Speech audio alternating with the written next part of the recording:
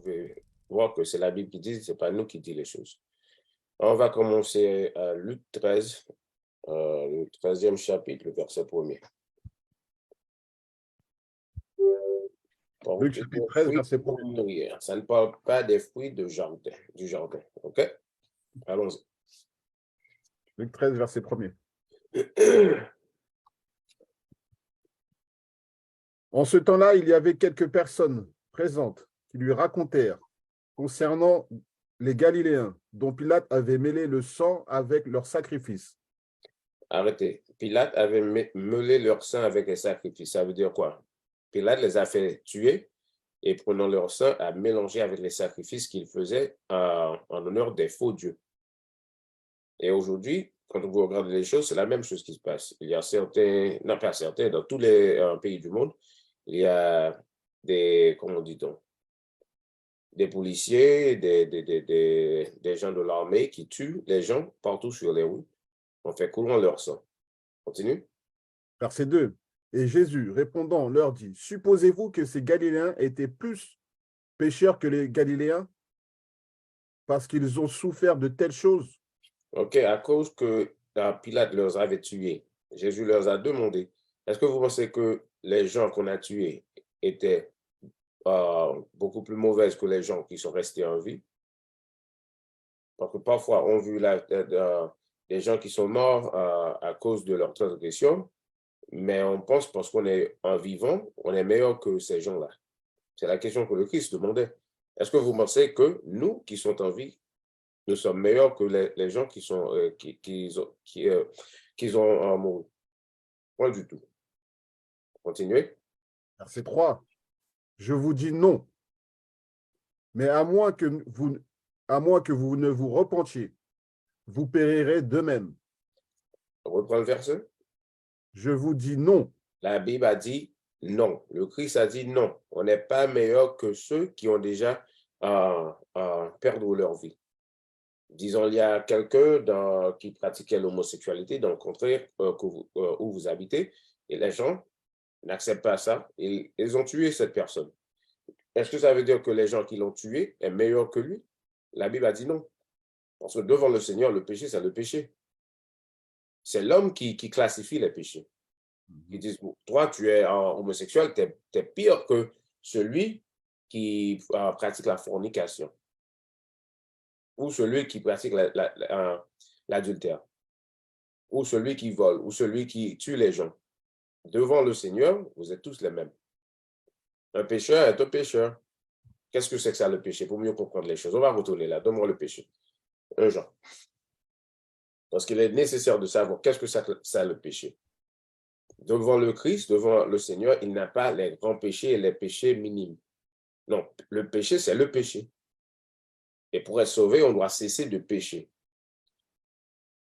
Mais en même fois, on compare si je suis un voleur et toi, tu es un fornicateur, peut-être tu peux dire, moi, je ne suis pas un voleur, je couche seulement avec les femmes, je suis meilleur que toi. Non, pas du tout.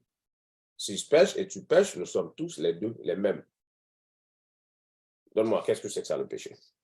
1 Jean, chapitre 3, le verset 4. Quiconque commet le péché transgresse aussi la loi. Quiconque transgresse le péché commet aussi... Quiconque commet le péché transgresse aussi la loi. Lisez. Car le péché est la transgression de la loi. Le péché est la transgression de la loi. Celui qui gouverne le pays, qui prend toutes les richesses du pays, devant le Seigneur, n'a pas de différence entre lui et toi qui commet l'adultère. Vous voyez bien? Il n'y a pas de différence entre celui qui vole 1 million de dollars et celui qui vole 1000 dollars. Un voleur est un voleur. Vous voyez bien? Celui qui tue 2000 personnes ou celui qui tue un bébé. Un tueur est un tueur. Tu as péché, il a péché. Vous voyez bien? On ne doit pas voir les choses la façon que les hommes voient les choses. On doit voir les choses de la façon que Dieu nous a montré. Retournons à Luc. Maintenant, vous savez bien que le péché, c'est la désobéissance de la loi. Tout autant que tu as fait quelque chose que la loi a demandé de ne pas faire, tu es en train de pécher. Et ton péché n'est pas minime ou grand, le péché, c'est le péché. Tu n'es pas meilleur qu'un autre du fait que tu ne commets pas les péchés qu'il est en train de commettre. Allez. Luc chapitre 13, le verset 3. Je vous dis non, mais à moins que vous ne vous repentiez, vous périrez de même. Afin que vous ne repentiez, vous périrez de même. Le pourquoi. Donne-moi Romains 6, 23. Si vous êtes en train de pécher et vous ne changez pas votre vie, vous ne repentez pas, la même sort qui est arrivée aux gens qui étaient dans le verset 1er et 2, c'est ça qui va t'arriver. La même sort que vous avez vu qui arrive aux gens dans ton pays ou dans ton cité où vous habitez, en voyant les gens qui sont en train de pécher et mourir chaque jour. Vous en pensez que vous êtes meilleur qu'eux? Non, la Bible a dit, la même sort t'arrivera. Le pourquoi. Romains 6, 23. Romains chapitre 6, le verset 23. Mhm. Car le salaire du péché est la mort. Le salaire du péché, c'est quoi? Est la mort. Le salaire du péché est la mort. Vous voyez bien. Le salaire du péché, c'est la mort. Quand on est en train de commettre des péchés, on va tous mourir. Et je vais vous montrer quelques exemples. Donne-moi 1 Corinthiens chapitre 6, commencez au verset 9. 1 Corinthiens chapitre 6, le verset 9. Ne savez-vous pas que les iniques n'hériteront pas le royaume de Dieu? Ne savez-vous pas que quoi? Que les iniques n'hériteront pas le royaume de Dieu? Les iniques n'hériteront pas le royaume des cieux. C'est qui les iniques? Les gens injustes. Les gens qui ne pratiquent pas la rectitude de Dieu. Vous voyez bien? Allez? Ne soyez pas trompés, ni fornicateurs, ni idolâtres, ni adultères, Lentement. Ni idolateur, ni quoi? ni adultères. Recommencez. Ni fornicateur. Je reprends tout, capitaine. Okay. Ne savez-vous pas que les iniques n'hériteront pas le royaume de Dieu? Ne soyez pas trompés, ni fornicateurs. Ni fornicateur. Si tu fais la fornication, tu ne vas pas entrer dans le royaume des cieux. Allez? Ni idolateur. Ni fornicateur, ni idolâtre. Ni idolâtre. L'idolâtre, ce sont les gens qui se prosternent devant les statues. Ni adultère. Ni adultère, ceux qui est marié et aller coucher avec d'autres gens en dehors de leur mariage. Les gens qui font ces choses-là ne vont pas rentrer dans le royaume des cieux. Allez? Ni efféminés. Ni efféminés, ce sont les hommes qui agissent comme des femmes, qui ont des gestes féminins. Ils ne vont pas entrer. Allez? Ni ceux qui abusent d'eux-mêmes avec le genre humain. Et ceux qui abusent d'eux-mêmes avec les gens humains, ce sont quoi? Les homosexuels. OK?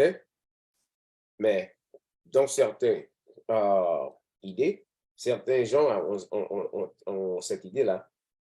Il y a une grande différence entre le fornicateur et les gens qui abusent eux-mêmes avec l'homme. Ça veut dire avec les gens qui pratiquent l'homosexualité. D'après la Bible, vous deux n'entreront pas dans le royaume des cieux.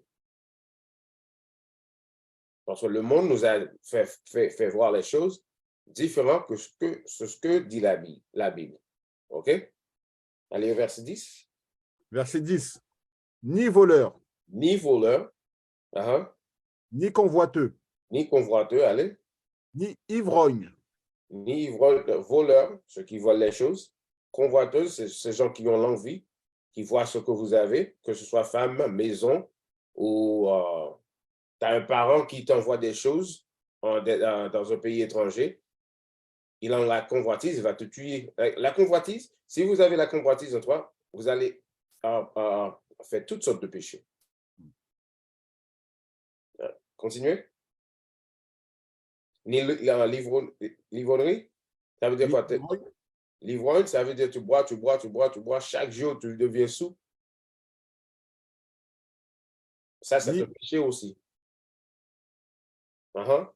ni injurieux, Ni injurieux, ni extorqueur n'hériteront le royaume de Dieu. ni extorteur, ni injurieux. Tu aimes fêter et extorter les gens, vous n'héritiez pas le royaume des cieux. Pour vous montrer, le péché, c'est le péché. Ces choses-là, ce sont juste quelques des péchés qu'on peut commettre. Ce n'est pas tous les péchés qu'on peut commettre. On lit au verset 11. Verset 11. Et tels étaient quelques-uns d'entre vous. Et tels étaient quelques-uns d'entre vous. Parce que parmi nous, commencez sur moi, et tous les gens qui sont branchés, nous sommes tous des pécheurs. Avant qu'on savait la vérité, on ne savait même pas qu'est-ce qui était que le péché. Ça veut dire quoi? On vivait dans le péché. On vivait dans l'ignorance. Mais après avoir reçu la parole de Dieu, qu'est-ce qu'on a fait? On a changé. C'est pour ça que, retournant à Luc, on reprend le verset 3. Luc chapitre 3, Luc chapitre 13, verset 3. Mhm. Je vous dis non, mais à moins que vous ne vous repentiez, vous périrez de même. Si vous ne repentiez pas, vous périrez de même. La même façon que vous avez vu, les gens ont été mis à mort, c'est la même chose qui va t'arriver. Parce que si je bois l'alcool fort chaque jour, jusqu'à devenir ivre, qu'est-ce qui va m'arriver? Mon foie, ça va me donner des problèmes et je vais mourir. Vous voyez? Si je pratique la fornication, qu'est-ce qui va m'arriver? Alors, laissez la Bible parler. Donne-moi Hébreux 13, verset 4. Quand la Bible a dit le salaire du péché, c'est la mort, c'est vrai ça. Parce que chaque sorte de péché qu'on pratique, il y a quelque chose qui peut nous arriver. Hébreux 13, verset 4. Hébreux 13, verset 4. Le mariage est honorable à tout égard. La Bible a dit que le mariage est honorable. Ça veut dire que chaque homme doit être marié. OK? Allez. Et le lit sans souillure. Ce que tu fais dans ton champ, dans le lit avec ta femme, c'est ton problème, ça. Allez. Mais Dieu jugera les proxénètes et les adultères. Dieu jugera les prostituées et les adultères. Vous voulez coucher avec beaucoup de femmes, qu'est-ce qui va t'arriver un jour? Tu vas y avoir tomber malade, tu vas tomber malade, le sida, vous voyez bien, et d'autres sortes de maladies sexuelles. Ou peut-être, vous allez pratiquer la fornication ou l'adultère et coucher avec une femme, mais cette femme est une femme mariée, et le mari, la femme pensait que le mari était en vacances, en congé, dans un autre pays, mais elle savait que tu avais l'habitude de rentrer chez lui, coucher avec sa femme. Et la retourner avec son arme et te tire dessus. Et comme ça, tu es paralysé ou mourir. Le salaire du péché, c'est la mort. Tu as l'habitude de voler. D'en voler, qu'est-ce qui va t'arriver? Un jour, quelqu'un va te rattraper. Et en tant que jeune homme, en grandissant en Haïti, j'ai vu des choses qui sont arrivées aux voleurs. On les a brûlés en vie dans le marché. Le salaire du péché est la mort. Et on devait regarder ces choses pour dire, bon, moi, je ne vais pas pratiquer ces choses. Parce que j'ai vu ce qui est arrivé à un voleur, je ne vais pas devenir un voleur. J'ai vu comment mon ami a mourir à cause du sida, je ne vais pas pratiquer la fornication. C'est ce que c'est ça, c'est le vrai ça, les pensées qui passent dans la tête en voyant les autres gens qui sont en train de mourir dans les rues. Retournons à Luc. Je reprends le verset 3 ou je passe au verset 4?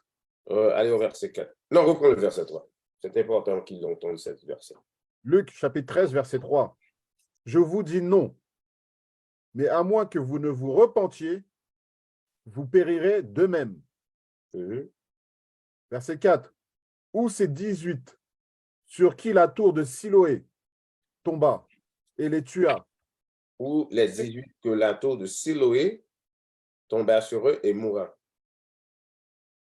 Même aujourd'hui, parfois il y a des tremblements de terre et les gens qui se trouvent dans les maisons, qu'est-ce qui les a arrivés? L'édifice est tombé sur eux et ils ont mouru. Ils sont morts.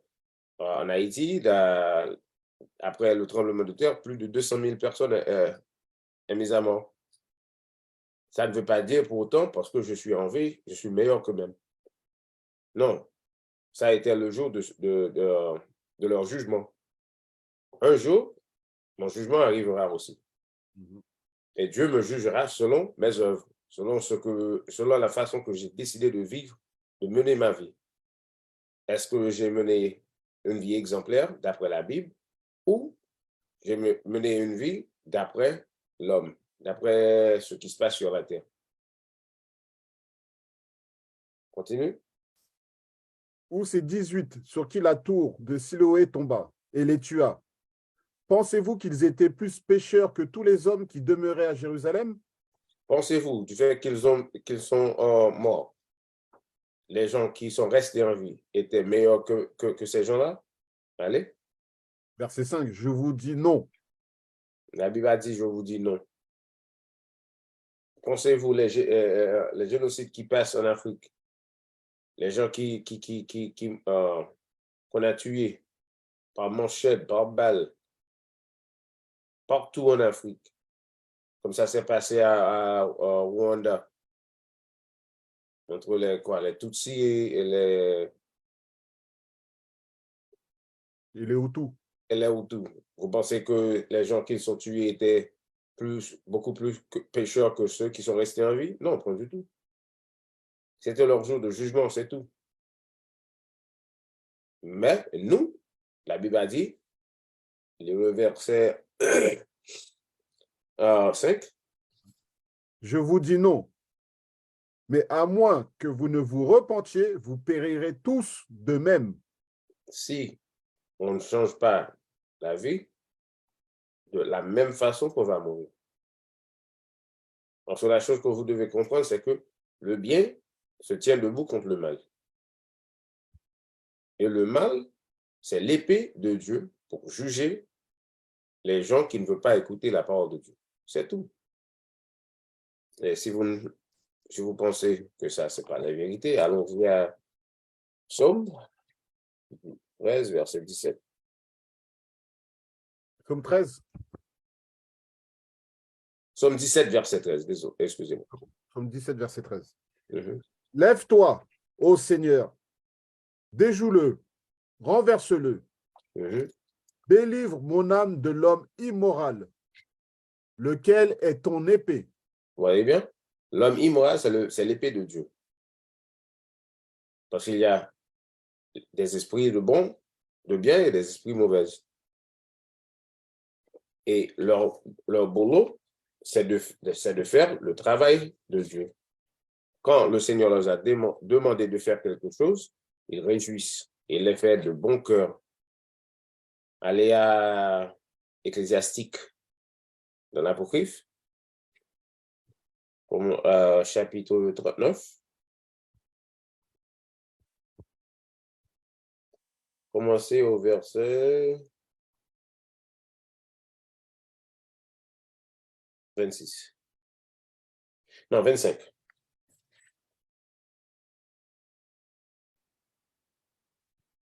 Ecclésiastique, chapitre 39, le verset 25.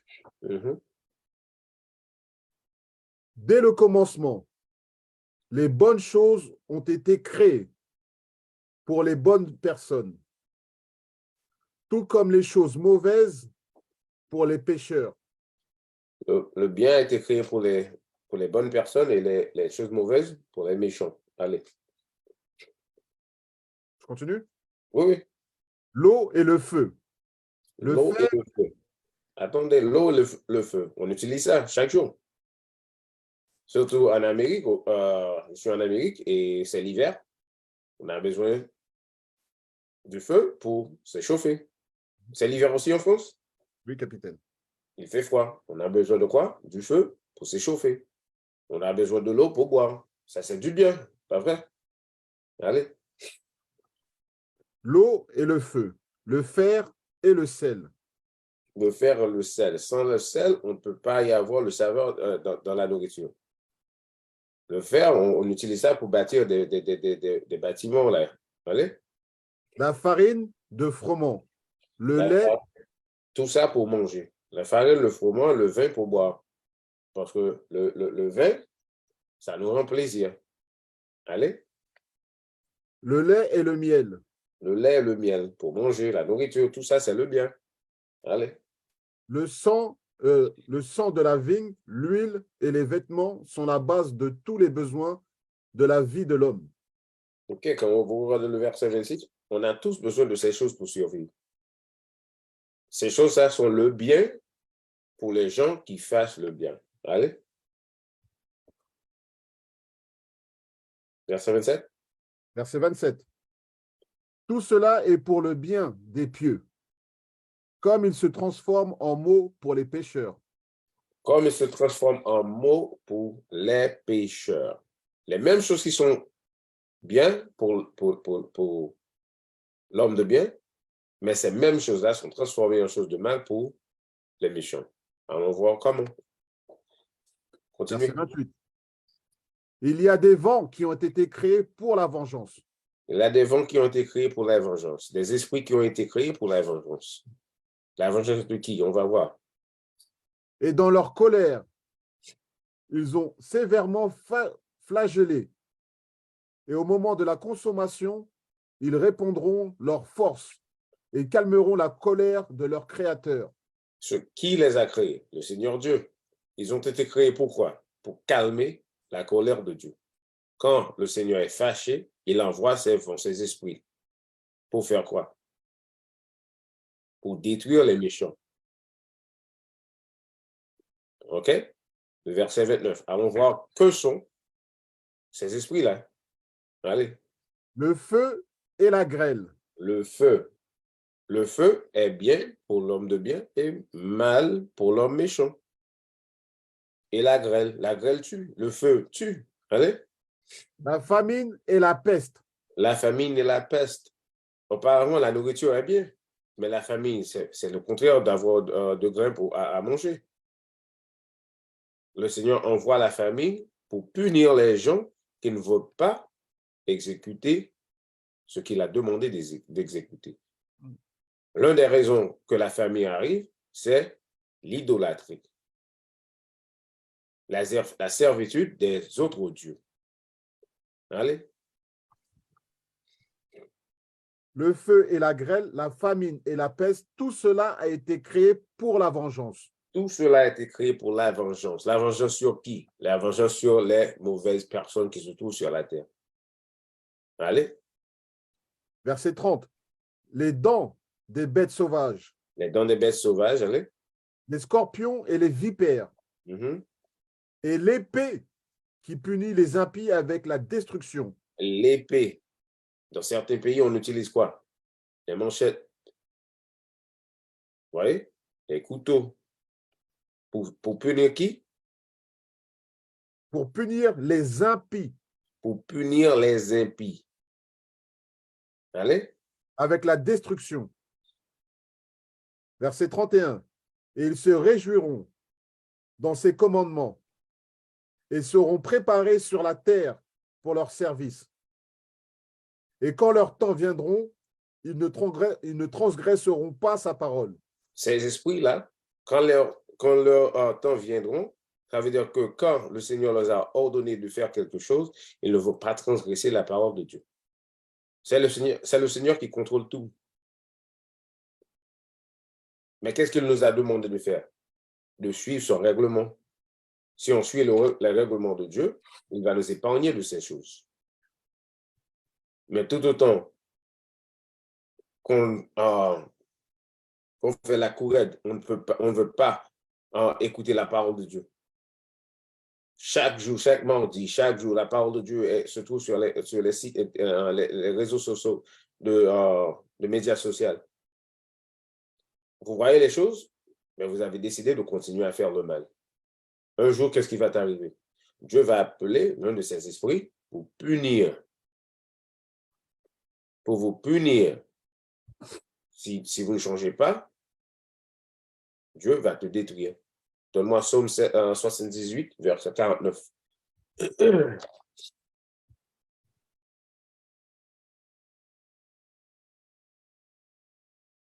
Psaume 78, verset 49. Il jettera sur eux la férocité de sa colère. Il jettera sur eux la férocité de sa colère. Quand le Seigneur est en colère, beaucoup de personnes vont mourir. Allez? Et le courroux, et l'indignation, et l'inquiétude en envoyant des anges de malheur parmi eux. Il a envoyé des anges de malheur parmi nous quand on fait des choses qui ne le plaisent pas. En faisant des choses mauvaises, un jour, Dieu va se lever et dire, bon, ça c'est fini, on va tuer cette personne. Qui va descendre sur la terre pour le faire? Et je vais vous montrer ça. 1 Roi, chapitre 22, le verset 19. Dans l'Église, on t'a enseigné d'avoir la crainte au diable et aimer le Seigneur. Non, c'est le Seigneur qui contrôle tout. Vous devez l'aimer et avoir la crainte pour lui aussi. Le diable n'est rien. C'est juste un ange que Dieu lui-même contrôle. Il a été créé pour faire son boulot. Allez, 1 Roi, 22, verset 19. 1 Roi, chapitre 22, verset 19. Et il dit, c'est pourquoi, écoute la parole du Seigneur. J'ai vu le Seigneur assis sur son trône et toute l'armée du ciel se tenant près de lui, à sa main droite et à sa gauche. Le Seigneur est assis dans les cieux. Ça veut dire quoi? Le Seigneur a un corps. Il s'est assis et les anges se trouvaient auprès de lui. Continue. À sa main droite et à sa gauche. Il avait un groupe d'anges à sa main droite et un autre groupe à sa main gauche. Allez. Et le Seigneur disait, qui persuadera Ahab afin qu'il monte et qu'il tombe à Ramoth-Gilad? Qui va descendre des cieux pour aller parler dans l'oreille de Ahab, pour lui persuader afin qu'il tombe et mourra? Allez. Et l'un dit de cette manière, et un autre de cette manière. L'un dit, bon, je peux le faire de telle façon, l'autre dit, je peux le faire d'une autre façon. Allez. Verset 21. Et un esprit sortit et se tient devant le Seigneur et dit. Un esprit sorti se tient devant le Seigneur. N'oublie pas que dans le livre de Ecclésiastique, au chapitre 39, on a lu qu'il y a des esprits qui ont été créés pour la vengeance. L'un des esprits parvient devant le Seigneur et dit quoi? Et un des esprits sortit et se tient devant le Seigneur et dit, je le persuaderai. Je peux le faire, Seigneur, envoyez-moi. Allez. Verset 22. Et le Seigneur lui dit, avec quoi? Et il dit, je sortirai et je serai un esprit de mensonge dans la bouche de tous ces prophètes. Je serai un esprit de mensonge dans la bouche de tous ces prophètes. Parce que les prophètes qui les suivaient, c'était des faux prophètes.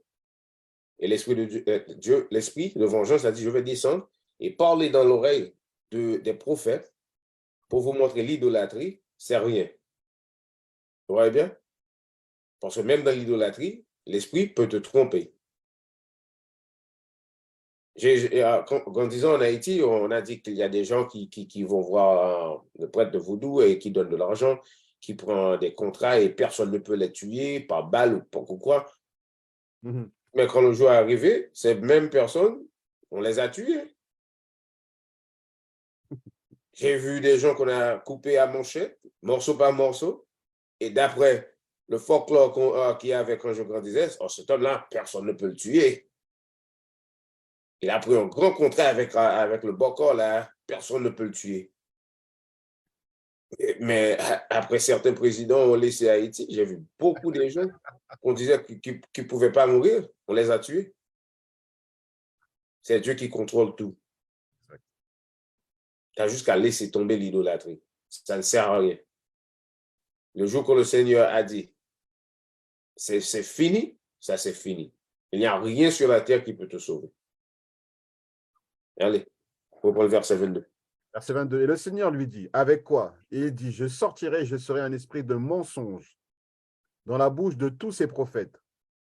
Et il dit, tu le persuaderas et prévaudras aussi. Sors et fais ainsi. Dieu lui a donné la permission de descendre sur la terre comme esprit et aller mentir au prophète de Arabe et Dieu a dit, allez, fais ça. Et ça passera comme vous le vouloir. Donne-moi Deutéronome 32, verset 39.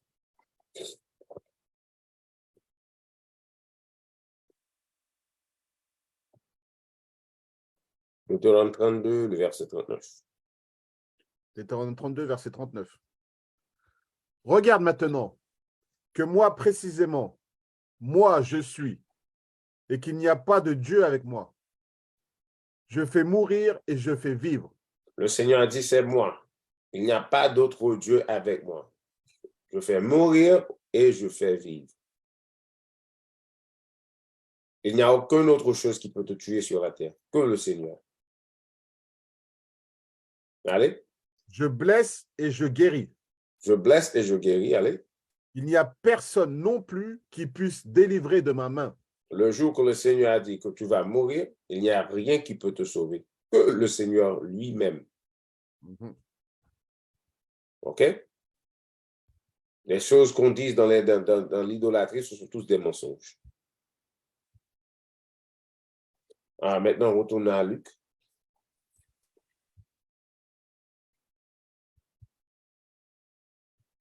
On prend le verset 5.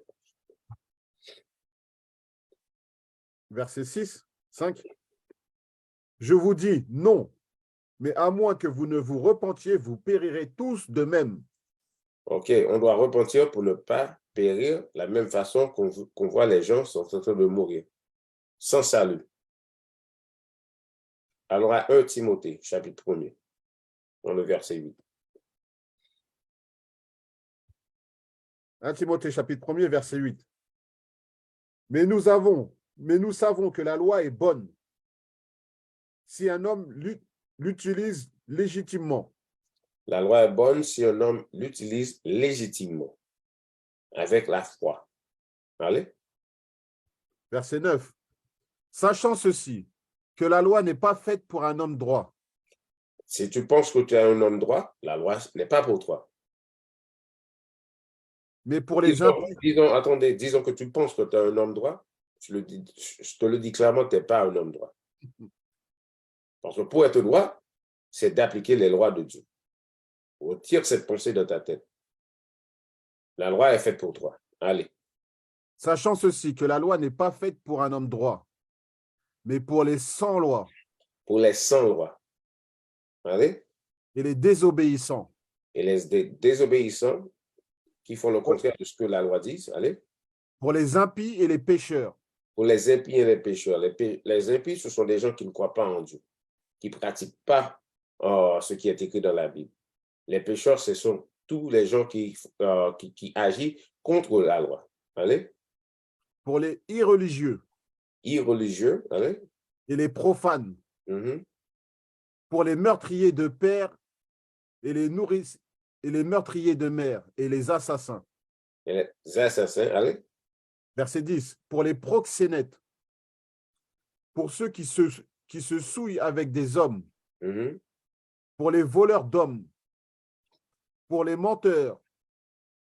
Pour les parjures. Et s'il y a toute autre chose qui soit contraire à la sainte doctrine.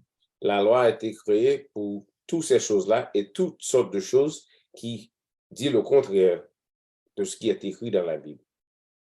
Alors, examinez vous-même et voyez que la loi a été faite pour vous. Allez. Verset 11. Selon le glorieux évangile du Dieu béni, lequel m'a été confié. Verset 12. Et je remercie Christ Jésus, notre Seigneur, qui m'a rendu capable de ce qu'il m'a estimé fidèle en m'établissant dans le ministère. Paul a dit il a dit merci au Seigneur du fait que le Seigneur lui avait choisi, parce qu'il sache qui il était. C'est la même chose qu'on dit aujourd'hui. On dit merci du fait que Dieu nous a choisis pour enseigner la parole de Dieu. Parce que nous faisons partie de versets 8, 9 et 10. Je sais quelle sorte de personne j'étais avant que j'ai reçu la vérité. Vous voyez bien? Et pour moi, c'est un grand honneur d'être là aujourd'hui en train de prêcher la vérité. Quand j'étais beaucoup plus jeune, si quelqu'un m'avait dit, un jour, tu vas prêcher la vérité, je disais non, point du tout. Surtout quand tu savais comment. Si on t'aurait dit ça, tu aurais pensé que tu aurais prêché comme dans les églises chrétiennes aussi. N'importe où. Quand il s'agit de la parole de Dieu, jamais je ne croyais que j'allais prêcher la parole. Ouais. Jamais. Parce que j'étais un fornicateur, un épis, tout ça. C'était moi. Continue. Verset Verset 11. Selon le glorieux évangile du Dieu béni, lequel m'a été confié. Je remercie Christ Jésus, notre Seigneur, qui m'a rendu capable de ce qu'il m'a estimé fidèle en m'établissant dans le ministère. Verset 13. Moi qui étais auparavant un blasphémateur, un persécuteur. Paul, il est un blasphémateur, un persécuteur. Il a persécuté les gens qui croyaient en Christ. Il les a mis en prison, il les a tués. Vous voyez bien. Mais Dieu l'a permis de repentir. Allez. Et un injurieux. Mais j'ai obtenu miséricorde parce que je l'ai fait par ignorance. Parce qu'ils avaient tous fait ça par ignorance. Beaucoup d'entre nous, on mène la vie qu'on est en train de mener parce qu'on ne sait pas la vérité. Mais au moment donné qu'on écoute la vérité, quelque chose en dedans de nous dit, bon, on doit changer. Je ne savais pas que je menais la mauvaise vie. Pour moi, c'était la belle vie. Les belles voitures, les discothèques, les femmes, vous voyez bien? Fumer les cigares, boire les meilleures boissons, tout ça là. Pour nous, c'est comme ça c'est l'élévation qu'on avait dans notre jeunesse. On a vu nos pères, nos cousins, tous les gens qui sont autour de nous, c'est ce qu'ils faisaient, c'est ce qu'on fait. Mais le jour qu'on a appris qu'on vivrait la mauvaise vie, on a changé. C'est ça la différence. Oui, tu as fait du mal, mais est-ce que tu vas continuer à faire le mal après savoir que tu es en train de vivre dans le mal? C'est ce qui fera la différence. Fini le verset? Il est terminé, capitaine. Non, continue. Ok.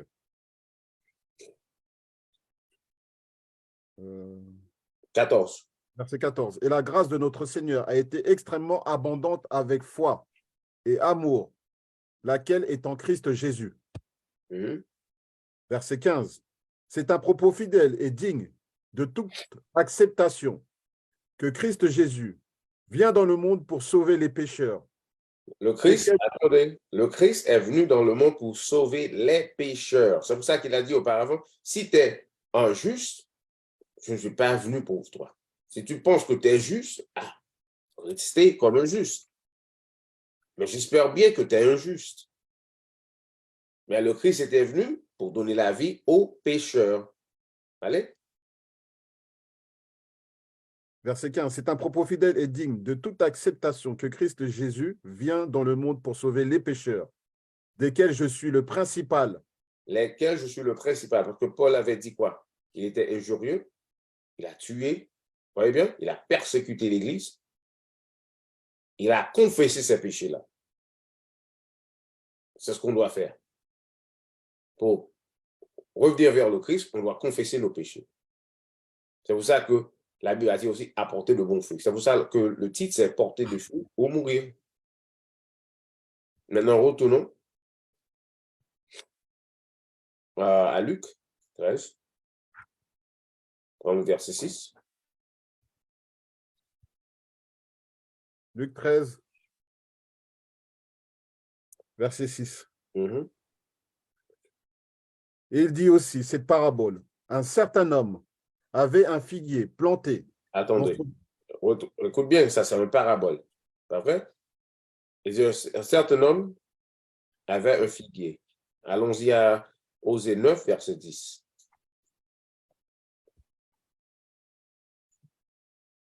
Osée 9, verset 10.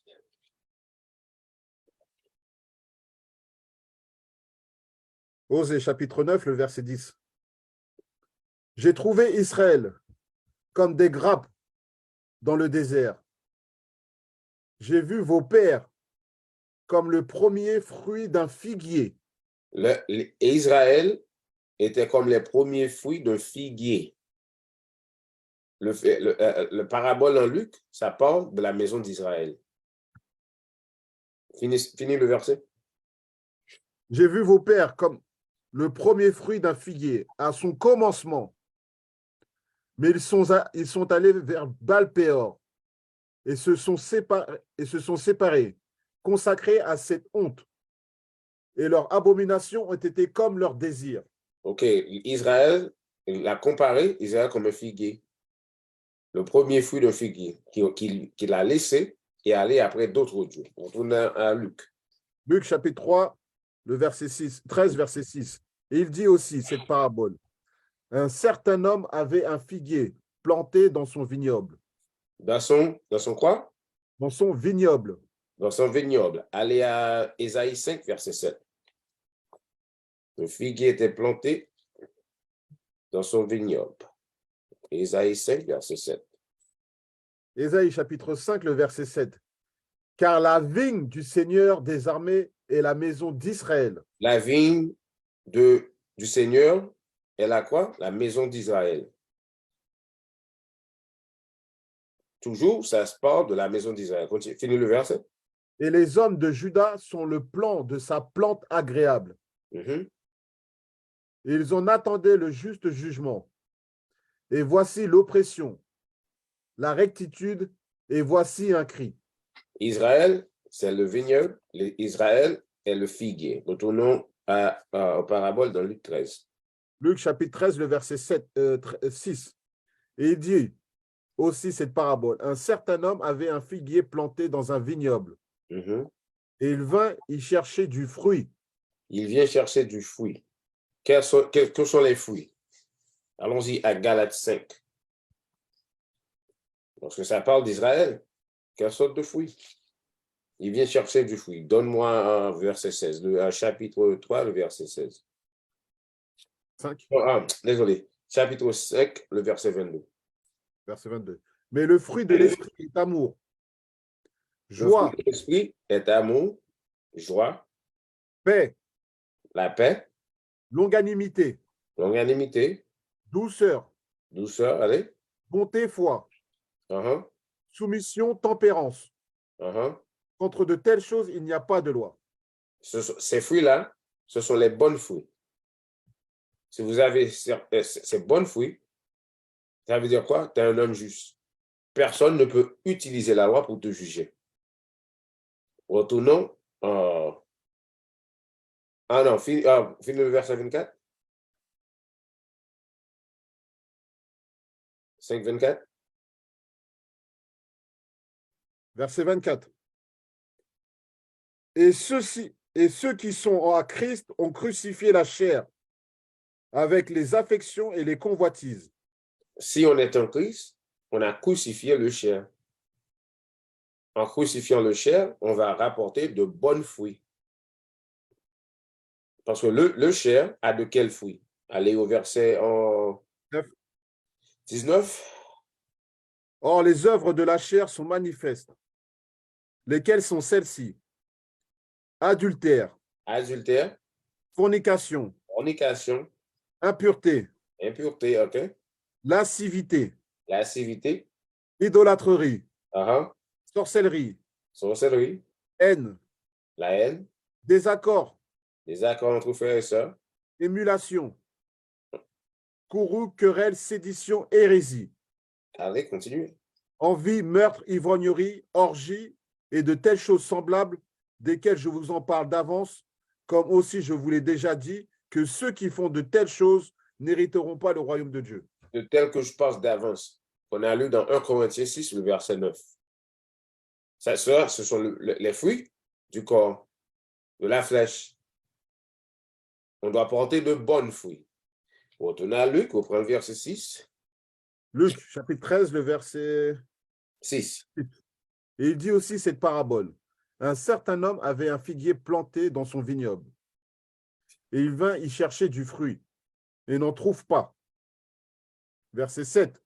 Alors il dit au vigneron de son vignoble, voici, depuis 3 ans, je viens chercher du fruit. Depuis 3 ans, je viens chercher du fruit. Christ a prêché pendant 3 années. Donc, tu lis Luc 3, verset 23. Continue. Depuis 3 ans, je viens chercher du fruit sur ce figuier, et je n'en trouve pas. Coupe-le. Allez, bien rapide, Luc 3, 23. Verset 22. Et l'Esprit Saint descendit sur lui, en une forme corporelle, comme une colombe. Mhm. Et une voix vient du ciel et dit, tu es mon fils bien-aimé. En toi, je prends plaisir. Allez. Verset 23. Et Jésus lui-même venait d'avoir environ 30 ans, étant, comme on lui supposait, le fils de Joseph. OK. Le Christ a commencé à prêcher à l'âge de 30 ans. On l'a tué à l'âge de 33 ans. Il a prêché pour 3 ans. OK? Allez au verset 8 dans le même chapitre. Verset 8. Produisez donc des fruits dignes à la repentance. Commencez au verset 7. Verset 7. Puis il dit à la multitude qui venait pour être baptisée par lui, Mhm. ô génération de vipères, qui vous a averti de fuir le courroux à venir? Il parlait aux pharisiens, aux scribes. Allez. Verset 8. Produisez donc des fruits dignes de repentance. Produisons de fruits dignes de repentance. Les fruits qui se trouvent dans Galates 5, le verset 22. Allez. Et ne commencez pas à dire en vous-même, nous avons Abraham pour notre père. Car je vous dis que Dieu, qui est capable de susciter des enfants à Abraham à partir de ces pierres. Ça veut dire quoi? Du fait que tu es un descendant d'Abraham, ça ne veut pas dire pourtant que vous allez hériter le royaume des cieux. Vous devez changer. Continue. Verset 9. Et maintenant aussi, la gognée est placée contre la racine des arbres. Mhm. Par conséquent, tout arbre qui ne produit pas de bons fruits est coupé et jeté au feu. Ça parle de quoi? Tout homme qui n'apporte pas de bons fruits mourra. Retournons à Luc 13. Luc 13, verset 7. 7. Alors il dit au vigneron de son vignoble, depuis 3 ans, je viens chercher du fruit sur ce figuier, et je n'en trouve pas. Coupe-le. Pourquoi encombre-t-il le sol? Verset 8. Et répondant, il lui dit, Seigneur, laisse-le cette année aussi, jusqu'à ce que je creuse autour et que j'y mette du fumier. OK. On a reçu la miséricorde. Le Christ voulait détruire, mais l'Esprit de Dieu a dit non. Donne-le 1 heure de temps. Parce que le dernier heure a commencé avec le Christ. On a dit, repentez-vous, que le royaume des cieux est sur nous. Allez. Verset 9. Et qu'il porte du fruit, c'est bien. Et sinon, alors, après cela, tu le couperas. Voilà. Maintenant, la grâce nous a été accordée. Qu'est-ce que c'est que ça, la grâce? Une durée de temps pour faire quoi? Pour changer. Si on apporte de bons fruits, le Seigneur va nous sauver. Si on n'apporte pas de bons fruits, au retour du Seigneur, on va être brûlé dans l'enfer. Porter de bons fruits ou mourir. What is a nation?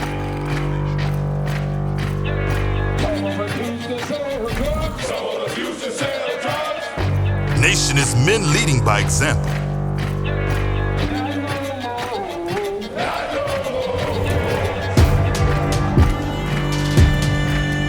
Nation is family.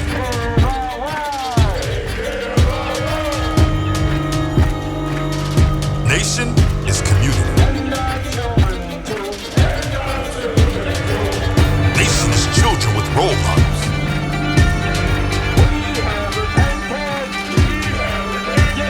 Nation is unity.